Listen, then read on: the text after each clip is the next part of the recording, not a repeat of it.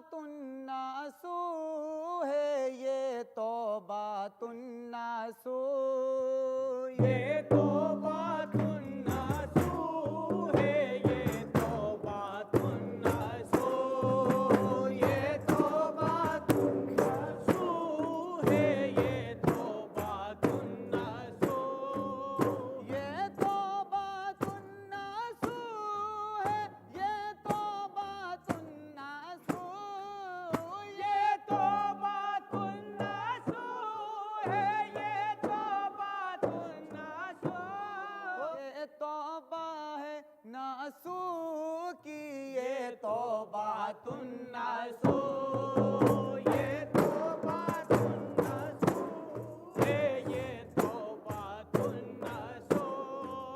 आदाब जिंदगी के सिखाती है ये किताब, आदाब जिंदगी के सिखाती है ये किताब, भटके हुओं को राह दिखाती है ये किताब। सीने से इस किताब को अपने लगाए हम, अपने अमल से हिंद को जन्नत बनाए हम, ये तौबातुन्नासू है, ये तौबातुन्नासू। गुज़िश्ता से पैवस्ता। अभी तक आपने देखा कि इशरत मंजिल के बाहर निकलते ही मिर्जा ज़ाहिर बेग का असल तारुफ सुनकर कलीम उससे बहुत पुरजोश होकर मिलता है और उससे कहता है कि इधर चंद दिनों से आपकी कुर्बत व सोहबत ने मेरा ये हाल कर दिया है कि बस मैं आपको अपना माँ बाप, भाई बहन, खैशो अकारी से बढ़कर अपना अजीज दोस्त मानता हूँ। उधर नसू फहमीदा से मालूम करते हैं कि क्या 20 सालिहा गईं। फहमीदा ने कहा कि हाँ, और उसके साथ ही वो नईमा के जाने की खबर भी सुनाती हैं। फिर वो कलीम के बारे में पूछते हैं। फहमीदा बताती है ऐसा लगता है कि वो फिर घर से भाग गया है। नसू बेटे की मोहब्बत में उसके कमरे में जाते हैं कि उसका कोई सुराग मिल सके। कमरा खोलते ही नसू को ऐसा लगता है जैसे वो फिरदौसे बरी में आ गया है। इतनी दौलत खुदा था, इस बेहुदा नुमाइश और ये तकल्लुफ़ो आराइश में ज़ाय की गई। ला हौल वला कुव्वत। फिर वो इशरत मंजिल और खिलवत खाने की हर उस बेहुदा, नाकारा और खुदा से बेगाना करने वाली चीज को इकट्ठा करके आग लगा देते हैं। जला दो सब अय्याशी का सामान। उधर कलीम घर छोड़कर निकला तो उसने मिर्जा ज़ाहिर बेग के घर का रुख किया। कलीम ज़ाहिर बेग के घर को देखकर और मिर्जा ज़ाहिर बेग कलीम को देखकर हैरान होते हैं। मैं समझा कोई और साहिब है। कलीम जब रात में उसके पास कयाम करने का इरादा जाहिर करता है तो मिर्जा बेग उसे करीब की वीरान मस्जिद में भेज देता है। और अब देखिए इससे आगे। हाजिर है किश्त 11 अब आपके हुजूर, हाजिर है किश्त 11 अब आपके हुजूर, ये तौबातुन्नासू है डिप्टी नज़ीर की।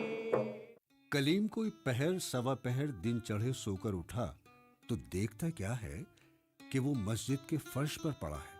फर्श की भभूत ने उसे इंसान से भूत बना दिया है। सर में चमगादड़ों की बीट चिपकी हुई है। उसका रुमाल, अबा कबा, उसके जूते, मालूम नहीं खुद मिर्जा जी उठा ले गए थे या मोहल्ले का कोई आदमी। कलीम हैरान परेशान, कभी इधर देखता कभी उधर झांकता। चारों नाचार वो इसी हालत में मिर्जा के घर जाकर दरवाजा खटखटाता है।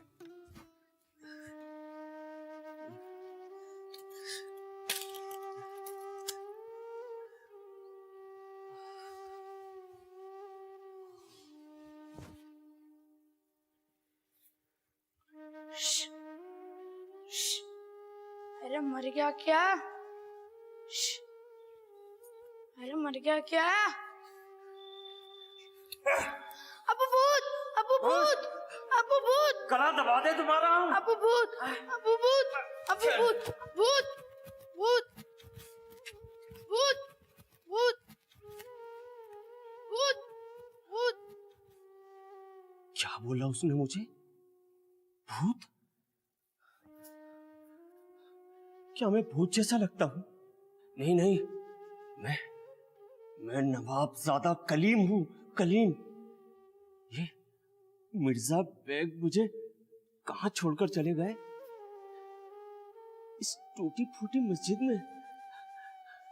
नहीं, मैं यहां नहीं रुक सकता। अब्बू जान, आपकी बातें याद आती हैं मुझे, लेकिन मैं क्या करूं? मैं अपने दिल का मालिक हूं और आप अपने दिल के। अब्बू जान, मैं अपनी ऐसी हालत नहीं होने दूंगा। मैं हाँ, अरे मिर्जा बेग, अरे लेकिन उन्होंने मुझे यहां क्यों भेजा? ऐसी टूटी फूटी वीरान मस्जिद में मेरा क्या काम? न मैं नमाज पढ़ूं, न रोजे रखूं। हैं? मैं मिर्जा साहब से जाकर मिलता हूं, उनसे कहूंगा कि मैं नवाबजादा हूं, कलीम हूं। जाता हूं। मिर्जा साहब,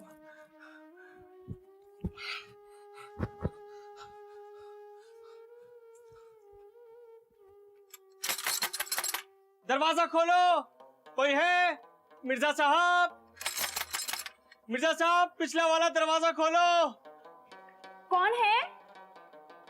ये सुबह सुबह कौन चिल्ला रहा है? अरे भाई अंदर आ जाओ, दरवाजा भेड़ देना।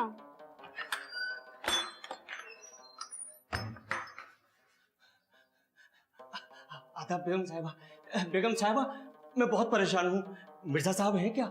ठहरो भाई, हम आते हैं नीचे। पता नहीं कहाँ से चले आते हैं सुबह सुबह मुंह उठाकर। हाँ? वो तो सवेरे सवेरे उठकर कुतुब साहब चले गए। बेगम साहिबा, क्या आपने हमें पहचाना? हम तुम्हें नहीं पहचानते, अपना कोई नाम पता बताओ तो मालूम हो ना। बेगम साहिबा, हमको कलीम कहते हैं। हम मिर्जा साहब के बहुत पुराने दोस्त हैं। कल रात मस्जिद में उन्हीं की वजह से ठहरे थे हम। अच्छा, तो वो तुम ही थे। ए मियाँ, वो दरी और तकिया कहाँ है जो रात तुम्हारे सोने के लिए भिजवाया था?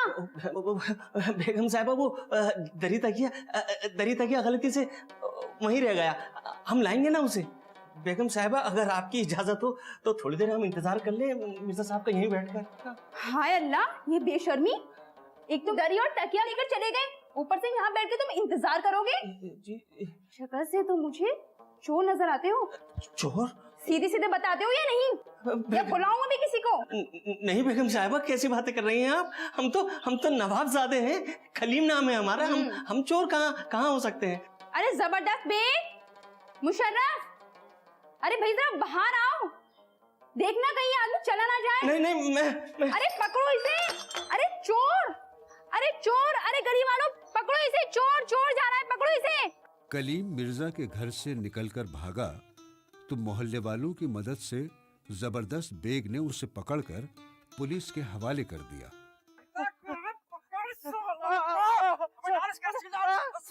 छोड़ दो, बहुत दिनों से मजा चखा दिया हम दोनों को। आज सिकंदर बेग के हाथ में तेरे को पूरे शहर भर में चोरियां कर रहा है। चलो भैया, अब हुजूर के सामने पता चलेगा। अरे जनाब नहीं, छोड़ो। नहीं। अरे हुजूर, ये मुझे जबरदस्ती यहाँ ले आया। मैं बेकसूर हूँ। अबे नाम बता। नाम से क्या होगा हुजूर, मैं बेकसूर हूँ। अबे जल्दी नाम बता। बताता हूँ हुजूर, मुझे कलीम बेग कहते हैं। कलीम बेग। अपने वालिद बुजुर्गवार का नाम बता। हुजूर जाने दीजिए ना, बदनामी होगी। अबे बता रहा है या बताऊं? अच्छा बताता हूँ। वो नसू बेग जी। हाँ, मैं कलीम। अबे नसू बेग? जी। मिर्जा नसू बेग? अबे तू जिसे चाहेगा अपना बाप बना लेगा। नहीं। मैं मिर्जा नसू को अच्छी तरह से जानता हूँ। शहर के बहुत बड़े नामी रईस हैं। और हाँ, उनके बड़े बेटे को भी जानता हूँ, उसका नाम भी कलीम है। जी जी। हाँ, कलीम की पूरे शहर में धूम मची हुई है उसकी शायरी की। हाँ, मेरी धूम मची है मेरी। अबे मुझे यकीन नहीं होता। तुम ऐसा करो मंगल सेन, इसे हवालात में बंद कर दो। सुबह सवेरे इनके वालिद बुजुर्गवार को बुलाकर इनकी तस्दीक कर लेना। जाओ। जी हुजूर। नहीं हुजूर, हुजूर, हुजूर, हुजूर मेरी बात तो सुनिए। हुजूर, हुजूर देखिए, मैं आपको एक शेर सुनाता हूँ। मैंने अभी अभी कहा था वो शेर। हाँ। अच्छा चल सुना। छोड़िए छोड़िए, मैं शेर सुनाता हूँ हुजूर को। जद जद में वो करिए जहाँ था क्या था। जद में वो करिए जहाँ था क्या था। वाह वाह वाह। हर नफस शोला फसा था क्या था। वाह वाह वाह वाह वाह, बहुत खूब। वाह वाह वाह वाह। और सुनिए हुजूर, और सुनिए। हाँ। दिल पे क्या गुजरी मेरे रात कलीम। हैं? दिल पे क्या गुजरी मेरे रात कलीम। वो कयामत का समा था क्या था। वाह वाह वाह वाह वाह वाह, बहुत खूब। वाह वाह वाह वाह, क्या बात। भाई मंगल सेन, तुम इन्हें मिर्जा नुसू के पास ले जाओ। अगर वो तस्दीक कर दे तो इन्हें छोड़ देना, नहीं तो इन्हें लाकर हवालात में डाल देना। और इनकी वो समझ गए ना, हाँ, रस्सी से बांध के ले जाना। चलो मियां, चलो। जी, बहुत बहुत शुक्रिया, बहुत जाओ, बहुत शुक्रिया, जाओ। बहुत बहुत शुक्रिया। क्या था, वाह क्या शेर है। लगता तो है कलीम ही हो सकता है। बात हो। कहाँ ले जा रहे हो? अब रास्ता ना दिख रहा, आंखें क्या मर गई तेरी? नहीं जा रहा। सीधा चल, बस चल। अरे बापू पकड़ के जाना। अरे छोड़। ऐसा हो जाएगा। अरे मैं चोर है। मैं चोर नहीं हूँ। आपके खानदान का। अरे कलीम, कलीम नाम है मेरा। हाँ जी, बहुत अच्छी बात आपके मशहूर अच्छे हैं इंशाल्लाह। बहुत सी बात है।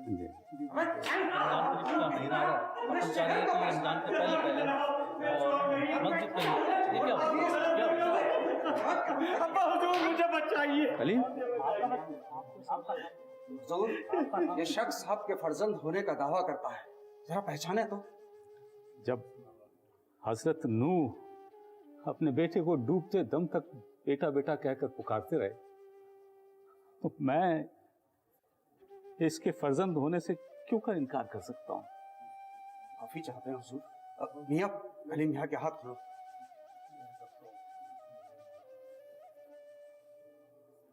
हुजूर, हम लोग एक बार आपसे फिर से माफी मांगते हैं, हम चलते हैं।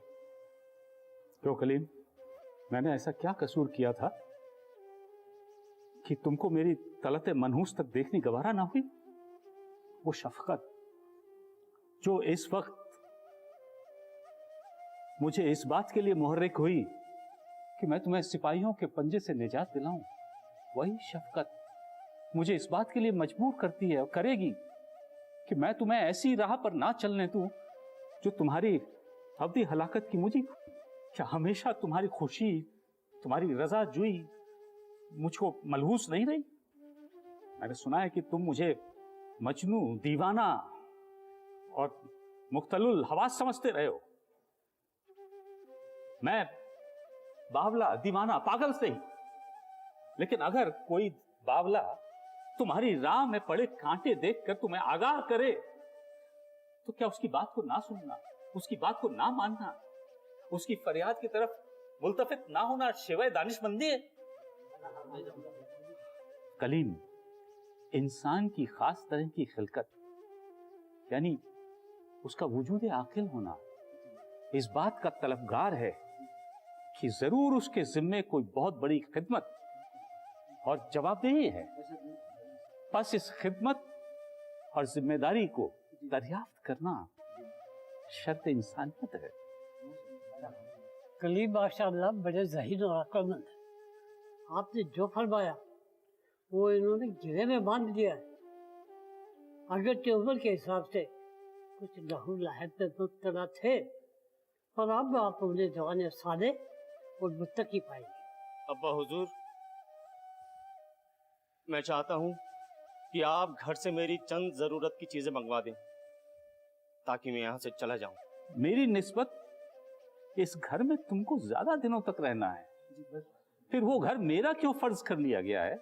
तुम्हारी माँ बेताब है और छोटे बड़े फिक्रमंद हैं। अब्बा हुजूर, मैं जानता हूं कि चंद रोज से आप दीनदारी और खुदा परस्ती के नाम से घर में नए नए कायदे कानून जारी कर रहे हैं, और ये बात हर शख्स अच्छी तरह से जान चुका है कि वो आपकी मुखालफत करके उस घर में नहीं रह सकता।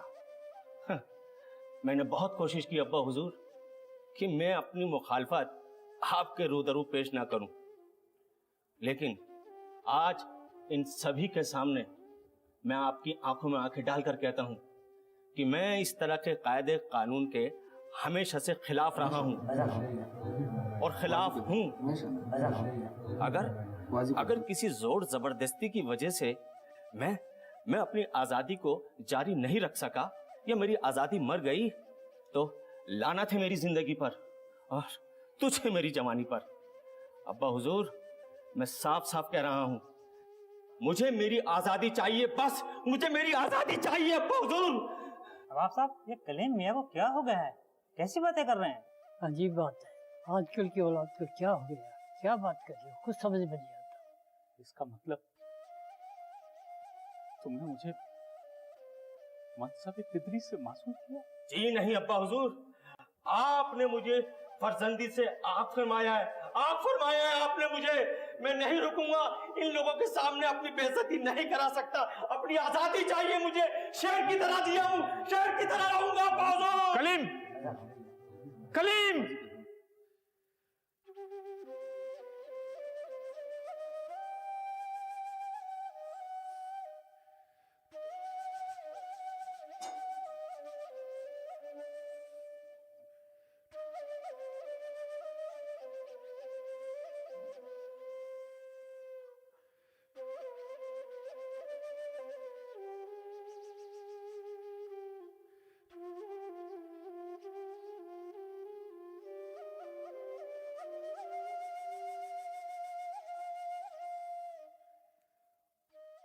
अल्लाह बचा ऐसी औलाद से। खता किसकी है? किसकी खता है बताओ, उसकी या मेरी? खता सारी उसकी है, मैं खामखा आपकी खता थोड़ी बताऊंगी। आपने एक दफा छोड़ 2 दफा उसे बुलाया, खत लिखा, अलीम ने उसे समझाया, मैंने भी उससे बहुत कुछ कहा सुना, लेकिन वो अपनी शायरी के आगे किसकी सुनता है। कहा था खाने पीने से फारिग होकर उसके साथ सर मारूंगी, इसी गरज से मर्दाने मकान में पर्दा करवाया था, मगर वो पहले ही चला गया। अरे चला गया तो चला गया, मैं भी फिक्र नहीं करता ऐसे नालायक की। लेकिन मुझे तो उसकी फिक्र लाहक है। तुम क्या करो फिक्र? उफ़्फ़ो। कलीम मस्जिद से निकलकर अपने घर की राहदारी पार करता हुआ जैसे ही बाहर निकला, चचा फितरत उसको मिल गए। ये नसू के चचाजाद भाइयों में से थे। नसू से उनको खानदानी अदावत थी, कमीनगी और कीना कूट कूट कर भरा था। कलीम को जो इस हाल में देखा कि सर पर टोपी है, न पैर में जूती, न अंगरखा है, न पटका, तो दौड़कर उसके पास गए।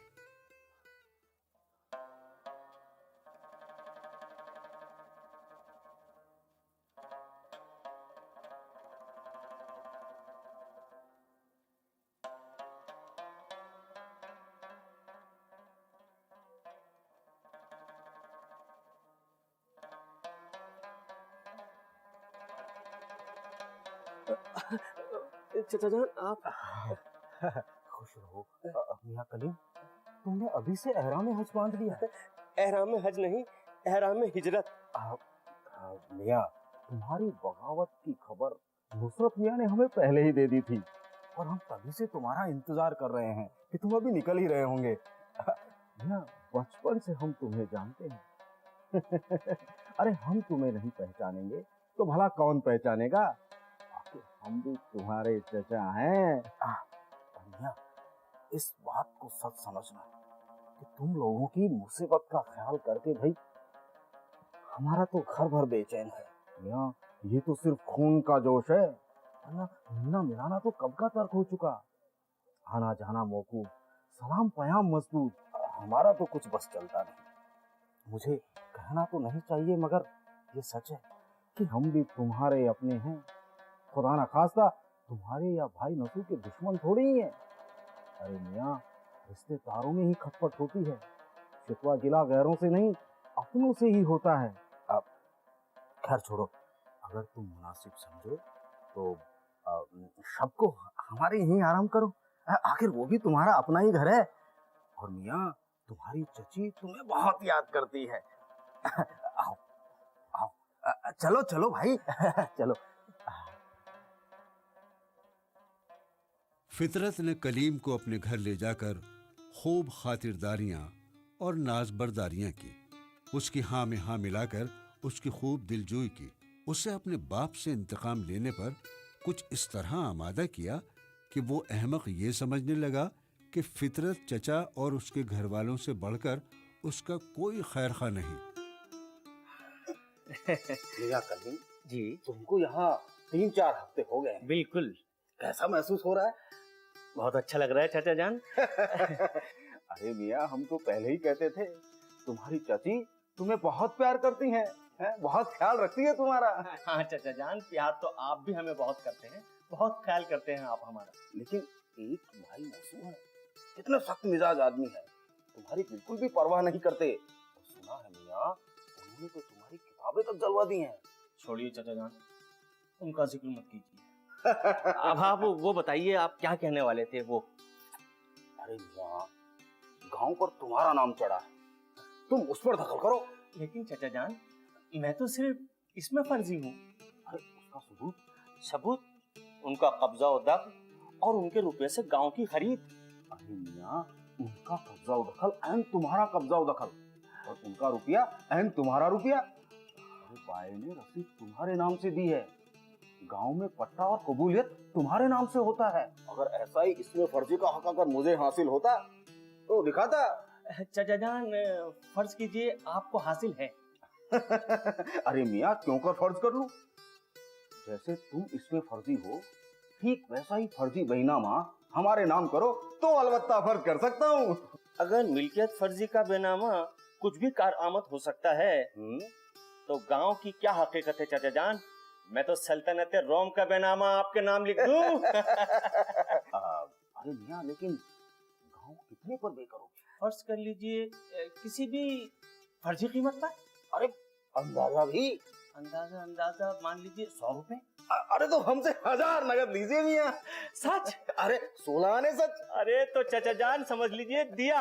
अरे तो वल्लाह लिया। अच्छा मियाँ तुम इस बेनामे पर दस्तखत करो। हाँ हाँ चाचा जान, यहाँ ना चाचा जान। हाँ ये लीजिए। ये हुई ना बात। मान गए मियाँ तुमको। कलीम 1000 रुपयों का तोड़ा बगल में दाब मिर्जा फितरत के घर से निकला तो सीधा चांदनी चौक में आया। दिल्ली जैसा शहर और कलीम जैसा नाआकिबत अंदेश नौजवान कलीम के डेवड़ी किराए पर लेते ही उसके इर्द गिर्द फिर वही आवारा औबाश और लाखैर दोस्त अहबाब नजर आने लगे और फिर पहले की तरह रोजाना शेर व शायरी और नाच रंग की महफिलें जमने लगी। कलीम के डेवड़ी किराए पर लेते ही उसके इर्द गिर्द फिर वही आवारा औबाश और लाखैर दोस्त अहबाब नजर आने लगे और फिर पहले की तरह रोजाना शेर व शायरी और नाच रंग की महफिलें जमने लगी।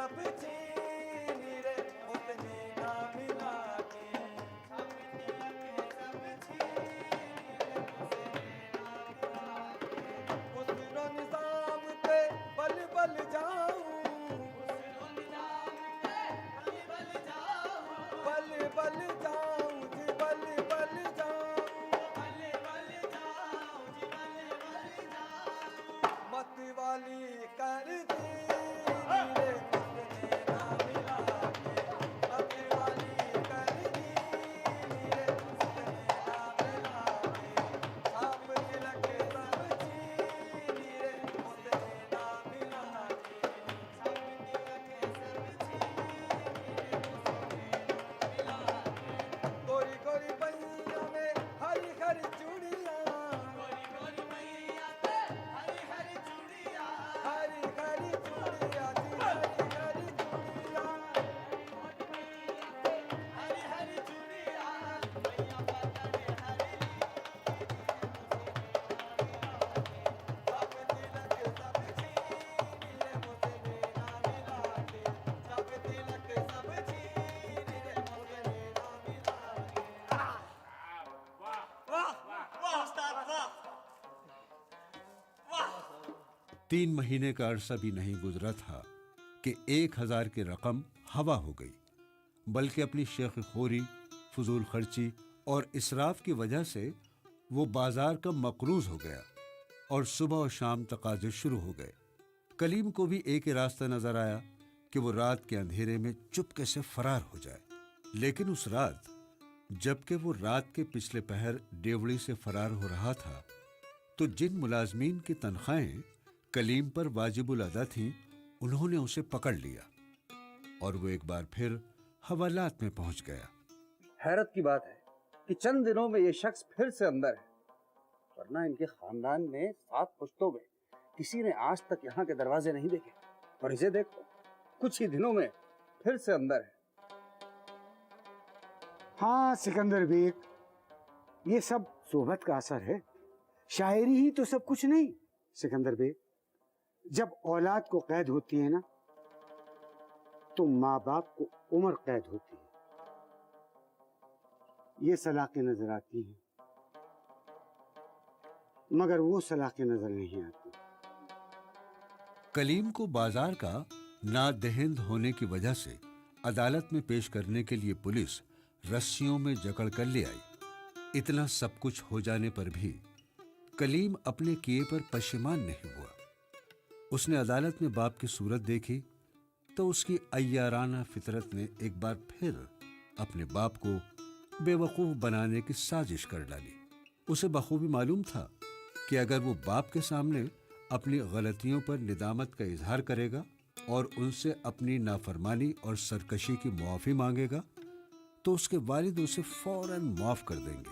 उसने अपने वालिद मोहतरम को तमाम आदाब और अलक़ाबात के साथ खत लिखा। अब्बा हुजूर, अस्सलामु अलैकुम। अबू, ना तो ये खत है और ना बेटे की तरफ से है, और ना ये खत बाप के नाम है, बल्कि ये माजरतनामा है, अर्ज़ी एतराफ़ है, तौबा का वसीक़ा और इस्तग़फ़ार की दस्तावेज़, निदामत का इकरार और हाजतमंदी का इजहार है। गुनहगार, रोसियाओ, शर्मसार, जालिम, जफाकार, गिरफ्तार रोज़गार कलीम की तरफ से साहिबे करम अमीन व खुल्के अज़ीम, बुर्दबारो हलीम, रऊफ़ुर रहीम, मुहसिन वली नेमत, मेहरबान सरापा शफ़क़त, नेकोकार, कम आज़ार, खैर ख्वाह, बिला इश्तिबाह के नाम। सलीम किसी पादरी से एक मजहबी किताब ले आया था। उसमें इत्तेफाक से एक जुमला मुझको नज़र आया जो मुझे काफ़ी पसंद आया। वो ये था कि तौबा रबड़ है और गुनाह पेंसिल की तहरीर। बस जबकि तौबा और निदामत ने मुझको आलूदगी ये गुनाह से पाक कर दिया, तो फिर मैं आपका बरखुरदार हूँ और आप मेरे वालिद बुजुर्गवार।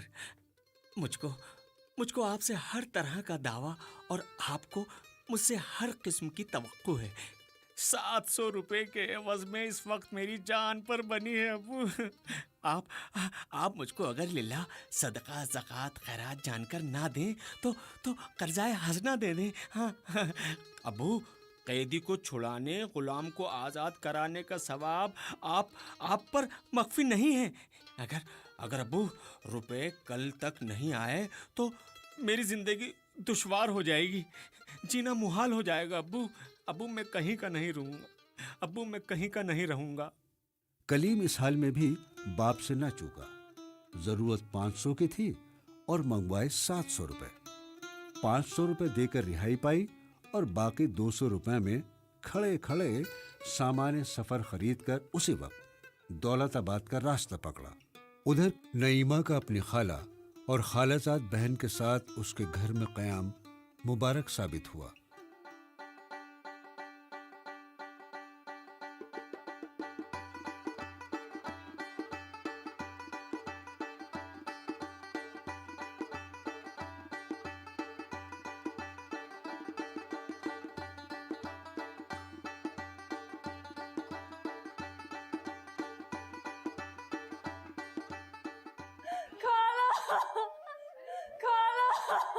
अरे अरे खैर क्या हुआ बेटा, कुछ तो बताओ। खैरियत तो है? चुप मुझे बताओ तो सही, क्या हुआ बेटा? बैठो, मुझे बताओ, अब बताओ तुम मुझे क्या माजरा है। अम्मा ने मारा। अरे चुप हो बेटा, तुम तो बच्चों की तरह रो रही हो। माशाल्लाह, एक बेटे की माँ हो। हमसाए और पास पड़ोसी सुनेंगे तो क्या कहेंगे? अच्छे खानदान में इस तरह से आवाजें आनी अच्छी बात थोड़ी होती है।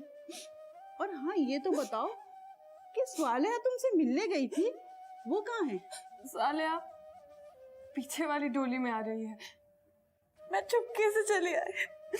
हाय हाय, ऐसी क्या कयामत आ गई कि तुम बिना बाकू बताए और बिना कुछ कहे आ गई? अब इससे बड़ी कयामत क्या होगी कि अम्मी जान ने बेसबब सबके सामने मुझे तमाचा दे मारा। जी में तो आया, खुद की जान ले या फिर कुएं में कूद जाऊं, पर उस नन्ही जान पर तरस आ गया, वरना आप मेरा मरा हुआ मुंह ही देखती। अल्लाह से तौबा कर बेटी, हमारे इस्लाम में खुदकुशी हराम है और जो खुदकुशी करता है वो दोज़ख में जाता है। और तुम्हारा ये वजूद, ये तुम्हारा जिस्म, ये तुम्हारी जान सब अल्लाह की अमानत है। तो ये बात तो अम्मी जान को सोचनी चाहिए थी कि एक जवान औलाद पर हाथ नहीं उठाते। ये बात मेरे हलक से नहीं उतर रही कि फहमीदा ने तुम्हें बिना सबब मारा, और अगर मारा भी था तो क्या बात है, माँ बाप अगर लाड करते हैं तो मार भी सकते हैं। और मैं तुम्हें बताऊं कि तुम्हारी नानी जो थी, अल्लाह उन्हें करवट करवट जन्नत दे। उन्होंने हमें वो सिखाया कि आज हमारा घर जन्नत बना हुआ है। और अब हम उन्हें याद करते हैं, हम रोते हैं उनको याद कर करके। खुदा ना करे कभी ऐसा हो कि तुम भी इस दौर से गुजरो तो क्या होगा, तुम भी माँ हो। और बेटा, मुँह हाथ धो लो, मैं तुम्हारे लिए हमाम तैयार करवाती हूँ, ठीक है? मैं अभी आती हूँ। नसीबन, जरा हमाम तैयार करो, बीबी नहाएगी।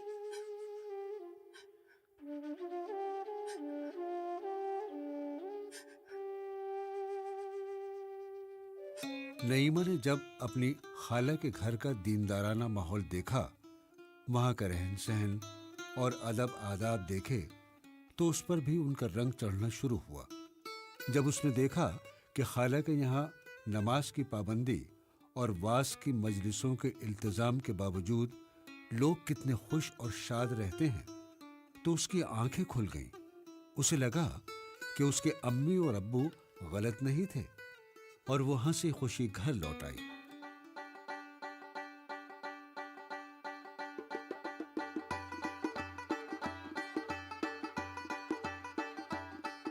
और आते ही उसने अपनी ससुराल जाने की ख्वाहिश जाहिर की। उसके शौहर को भी उसकी तब्दीली क़ल्ब की बाबत मालूम हुआ, तो वो फौरन उसको ले जाने के लिए आ पहुंचा। घर में जैसे बाहर आ गई।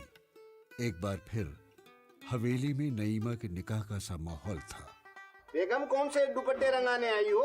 जल्दी जल्दी बताओ मेरे को, कौन से रंग रंगवाने हैं? एक तो वही जो अभी आपको नईमा ने बताया। अच्छा, नईम ने बता रही है कि पतंग वाला दुपट्टा रंग दे हमें। हाँ हाँ, वही कह रही थी। वैसा ही रंग दूंगा। अम्मी जान, कह ही देती हूँ, मुझे सिर्फ पतंग नमूने वाला दुपट्टा चाहिए, और कोई दुपट्टा हम ना लेंगे। प्यारे मिट्ठू जी, जल्दी जल्दी हमारे पतंग वाला दुपट्टा तैयार कर दीजिए। हाँ तो वो तैयार कर ही रहे हैं ना, उसके अलावा कोई और दुपट्टा भी चाहिए। मुन्ने मियाँ, हमारे दुपट्टे पे तो बारीक बारीक लहरिया देना और थोड़ा चटकीले रंग लगाना, और नीला, पीला, लाल, गुलाबी सारे रंग देना। अरे अरे बेगम, कैसी बात कर रही हो? लाल हले पीले डाल दूंगा तो काला हो जाएगा बेगम। फिर कैसे हो पहने ओढ़ोगी जब? अच्छा ये सालेहा बताओ। हम तो सबसे अच्छा दुपट्टा रंगवाएंगे, आखिर हमने तो इनको ससुराल जाने के लिए तैयार किया है। भाई तुम्हें जो दुपट्टे लगे हुए हैं वो पसंद है, वो देख लो। हमें इनमें से कोई दुपट्टा नहीं पसंद, हमारे लिए सबसे अच्छा दुपट्टा रंगना। अम्मी जान, पहले मेरा दुपट्टा बनवाइए। हाँ हाँ ठीक है, सभी का बनेगा। गजल तुम बताओ। वैसे मुन्ने मियाँ, आपके पास बेहद उम्दा और खास रंग है, मगर मुझे पता है सबसे ज्यादा कौन सा रंग पसंद है। वो नीला और पीला वाला, वही चाहिए मुझे। अरे वो तो मेरी पसंद है। हमीदा, तुम दूसरा ले लो। नहीं, हमें तो वही चाहिए। और मुन्ने मियाँ, हमें सालेहा आपा की तरह हल्का गुलाबी रंग का चाहिए। नहीं नहीं, नईमा आपा की तरह गाढ़ा गुलाबी। ठीक है मुन्ने मियाँ, हमें आप वो नीला और हरा वाला रंग दे दीजिएगा, और जो इनको पसंद है वो इनको दे दीजिएगा। अरे क्या कचकच लगा दी आप लोगों ने तो। एक साथ में रंग नहीं बता रही है, कभी कौन सा बता रही है रंग, कभी कौन सा रंग बता रही है। की जो पसंद है वो सबके। अरे सबकी कैसे पसंद होगी भाई, अलग अलग पसंद है बच्चियों की तो वैसे ही। मेरी बात सुनिए, उसका आप दोनों रंगों का रंग दीजिए, यानी उसके 2 दुपट्टे। हमीदा, इन्हें भी कुछ दुपट्टे दिला दीजिए ना। गहरा गुलाबी दिला दीजिए मुझे तो। अच्छा ठीक है। बेगम, मुझे भी एक दुपट्टा दिला दो। हाँ बिल्कुल, और इन दोनों का भी मैं दुपट्टा करा दूंगी। मेरे दुपट्टे में तो गोटा होना चाहिए। सबको दुपट्टे मिलेंगे, लेकिन पहले हमारी नईमा का। सब रंग दिला दिया है तेरे से ज्यादा तो मेरा अच्छा है।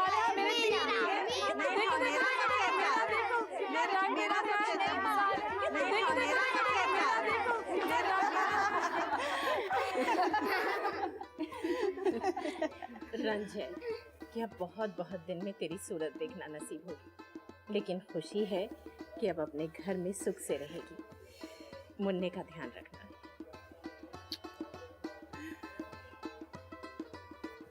खुशी खुशी जाना, नजर ना लग जाए, चश्मे बदूर। खुदा तुम्हें खुश और खुर्रम रखे। अपनी खाला को मत भूलना, आती जाती रहना। अम्मी कैसी बातें कर रही हो, ये दिन कितनी मुरादों के बाद आया है। और दूल्हे मियाँ, हमारे आपा जान को लेके तो जा रहे हो, पर अब की बार ऐसा लेके जाना कि हमेशा अपने पास रखना। और अगर हमारा दिल किया ना तो हम आपके यहाँ खुद ही टपक पड़ेंगे। खुश रहना, अपना ख्याल रखना, जल्दी जल्दी आना। आपा, मुन्ना को घर जरूर जरूर और जल्दी लाना। मैं बताऊं एक तजवीज, अब की बार जब वापस आओ तो मुन्ने के साथ मुन्नी भी लेकर आना। देर हो रही है। चलो भाई, डोली में बैठाओ, बेदारा मदद करो। बेटी बैठ। ध्यान से बैठो। बैठाओ बैठाओ, अब ये संभाल के उठाना। चलो, हाँ चलो। पर्दा ठीक से कर दो बेदारा। हाँ, आराम से आराम से। आराम से भैया।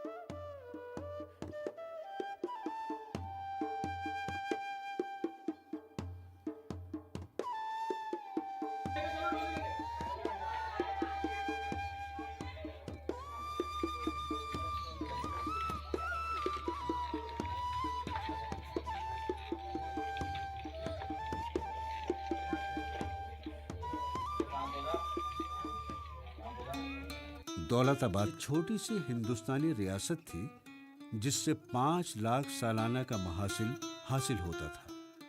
लेकिन एक नौजवान और नातजुर्बेकार रईस मसनद नशी हुआ।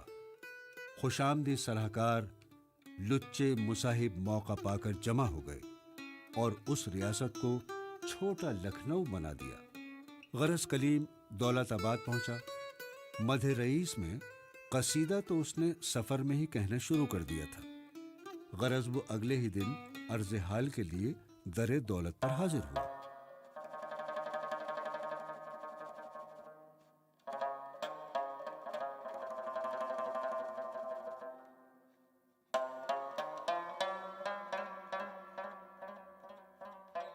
जाते थे जुस्तजुए बुतखानाओं सनम में, बहके तो जाके निकले हम भी कहाँ हरम में। वाह, बहुत खूब, माशाल्लाह। बरखुदा आपको पहचाना नहीं, कहाँ से तशरीफ आवरी थी? नाचीज को कलीम कहते हैं और मैं दिल्ली से हाजिर हुआ हूँ। अगर आने की वजह मालूम हो जाती तो मुझे गुफ्तगू में आसानी हो जाती। इम्तिहान वक्त और आजमाइश नसीब, इल्म अमल, अरबाब इख्तिदार और असहाबे हुकूमत की कसीदा गोई। वाह वाह वाह वाह। गर्ज़ क़ायत, मालो दौलत का हुसूल। मालो दौलत। मियाँ, बात दरअसल ये है कि आपके दौलताबाद पहुंचने से चंद रोज पहले ही यहाँ की बिसात पलट चुकी है। दरअसल बदनज़्मिये रियासत की खबरें रेजिडेंट साहब को पहुंची और उन्होंने बज़ाते खुद दौलताबाद पहुंचकर रईस दौलताबाद के तमाम इख्तियारात मुंतज़ा करके एक कमेटी के सुपुर्द कर दिए। इस कमेटी में चंद वो नमकख्वार भी शामिल किए गए हैं जो कि रईस दौलताबाद की बेइतदालियों से तंग आकर तर्क खिदमत करके घर बैठ गए थे। इस कमेटी के मीर मजलिस इंतजामुद्दौला नवाब बेदिल खां बहादुर वाली आफियत नगर करार दिए गए, जो कि रिश्ते में मीर दौलताबाद के मामू भी हैं। नवाब बेदिल खां का हुस्न इंतजाम अतराफ में ज़रबुल मसल है और खुद रेजिडेंट साहब बजाते खुद कमेटी में हर माह शिरकत करके कमेटी की आबरू अफजाई करते हैं। रईस को मसारिफ ज़रूरिया के लिए दस्त बर्दाश्ता रुपए मिलते हैं। क्या करते, एक एक करके नाबकार मसाहिब निकाले जाते। जी, सदर आजम साहब कहाँ तशरीफ रखते हैं? क्या मैं उनसे मिल सकता हूँ? लाभा साहबी, कोई मजायका नहीं, आप मिल सकते हैं। ठीक है, खुदा हाफिज। खुदा हाफिज।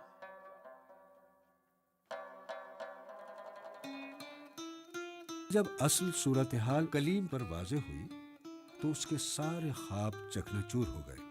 आगे क्या हुआ, इसे जानने के लिए मुलाहिजा कीजिए तौबतुन नसूह की अगली किस्त। ये तौबतुन नसूह है डिप्टी नजीर की, ये तौबा